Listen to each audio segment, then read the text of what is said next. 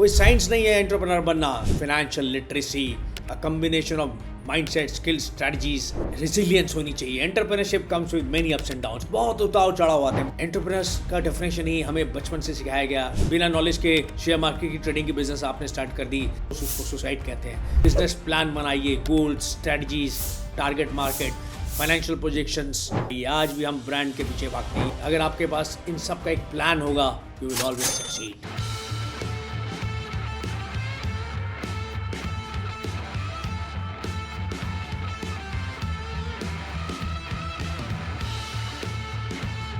I create, I take risk, I live my passion. I'm an entrepreneur. I'm born to lead. I'm an entrepreneur. As rightly said by Elon Musk, and I quote, I'm ready to work 18 hours a day for my own projects rather than work 8 hours a day for others. मैं 18 घंटे अपने लिए काम करने को तैयार हूँ rather than 8 घंटे किसी और काम के लिए काम करने के लिए। मेरे दोस्तों, मेरे अजीजों, अपनी इस वीडियो में बताऊंगा आपको what is needed to become a successful entrepreneur। क्या आपको स्किल्स चाहिए, क्या माइंडसेट चाहिए, क्या स्ट्रेटजीज चाहिए, क्या एक्शन चाहिए to become a successful entrepreneur. कोई फॉर्मूला नहीं है, कोई साइंस नहीं है एंटरप्रेन्योर बनना। It is neither taught in some colleges.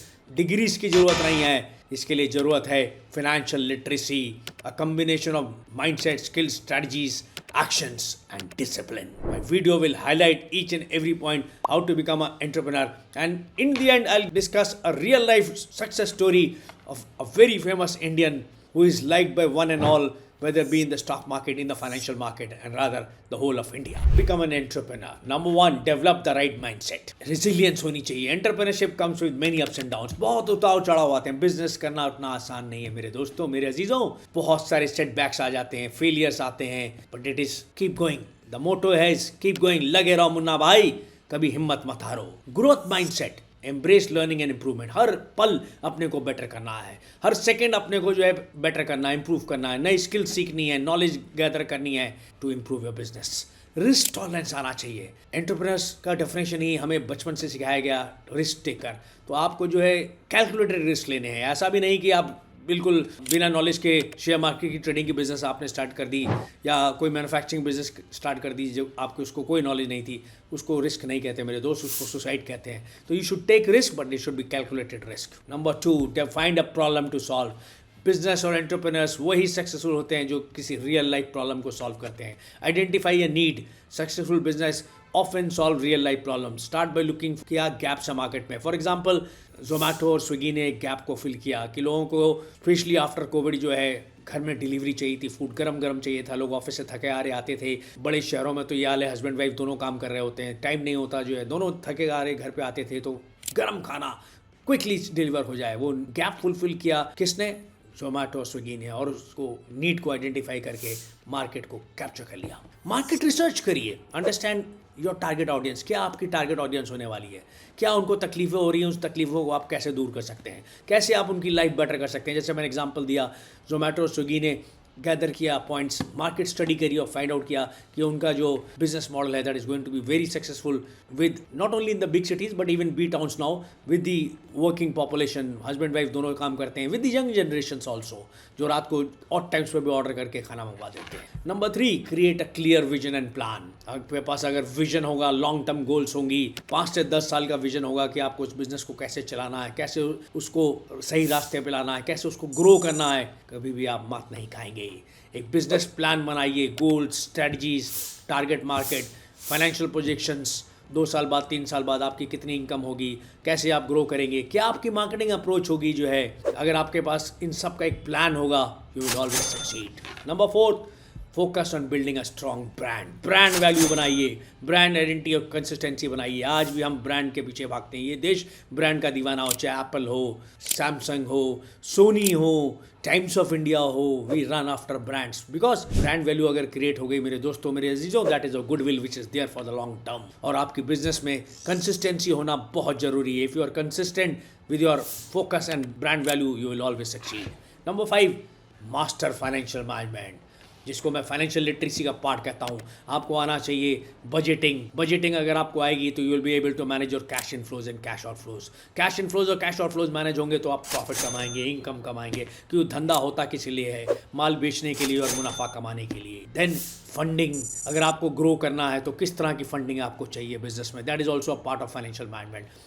Short term funds या long term funds, working capital या लॉन्ग टर्म कैपिटल बजटिंग के लिए। Number 6, build a strong network. इस दुनिया में, इस देश में अगर तरक्की करनी है तो you need to have a very strong network. You should have mentors and advisors who are there to help you at each and every stage. Shark Tank जैसे प्लेटफॉर्म्स मेंटरिंग और एडवाइजरिंग प्रोवाइड करते हैं to the new businessman. अपनी networking with customers, industry leaders, industry experts, events attend करिए, communities के साथ आप lunch और डिनर पे जाइए, उनके साथ रिलेशनशिप ग्रो करिए, which will help you in building your business. Number 7, sales and marketing. Sales strategy बहुत ज़बरदस्त होनी चाहिए। फॉर एग्जांपल, एक बर्गर कंपनी जो है, नई बर्गर कंपनी बड़ी कंपनीज मैकडोनल्ड्स और बर्गर किंग को चैलेंज करना चाहती है, तो how to sell its product better होगा। Penetration pricing, different methods of sales को ट्राई करिए ताकि आप अपने बिजनेस को ग्रो कर सकें। Direct sales, online sales, partnership sales, franchise, retails, wholesale, इन सारे प्रोसेसेस को आप मास्टर करिए। ईमेल मार्केटिंग, एसईओ, लीवरेज करिए अपने नेटवर्क्स को ताकि आपका मार्केटिंग बड़े से बड़े लेवल पे चले जाए। कस्टमर रिलेशनशिप को बहुत जरूरी बनाइए। कस्टमर से फीडबैक लीजिए अपने प्रोडक्ट और सर्विसेज का ताकि आप उसको और इम्प्रूव कर सकें और कस्टमर को सेटिस्फाई कर सकें। Number 8, be adaptable and stay agile. बहुत इंपॉर्टेंट चीज़ है। जितना आप अडेप्ट करेंगे, टाइम के साथ चलते जाएंगे, उतना आप तरक्की करेंगे। आज की जनरेशन टेक फ्रेंडली है, it's a social media generation, तो आपको हर चीज़, हर नए इनोवेशन को अडॉप्ट करना है और उसको अपने प्रोडक्ट में, अपने बिजनेस में इम्प्लीमेंट करना है।